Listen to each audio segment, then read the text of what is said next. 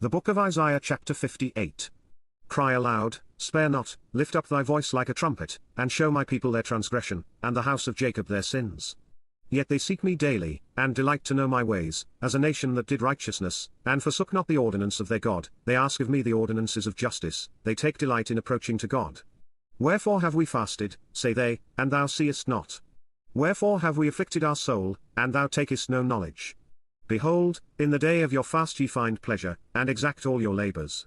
Behold, ye fast for strife and debate, and to smite with the fist of wickedness. Ye shall not fast as ye do this day, to make your voice to be heard on high. Is it such a fast that I have chosen? A day for a man to afflict his soul? Is it to bow down his head as a bulrush, and to spread sackcloth and ashes under him? Wilt thou call this a fast, and an acceptable day to the Lord?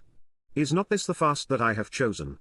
To loose the bands of wickedness, to undo the heavy burdens, and to let the oppressed go free, and that ye break every yoke.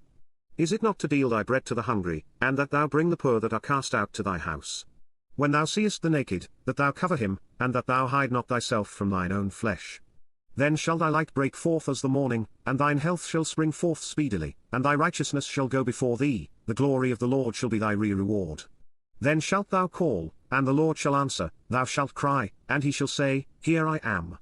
If thou take away from the midst of thee the yoke, the putting forth of the finger, and speaking vanity, and if thou draw out thy soul to the hungry, and satisfy the afflicted soul, then shall thy light rise in obscurity, and thy darkness be as the noonday, and the Lord shall guide thee continually, and satisfy thy soul in drought, and make fat thy bones, and thou shalt be like a watered garden, and like a spring of water, whose waters fail not.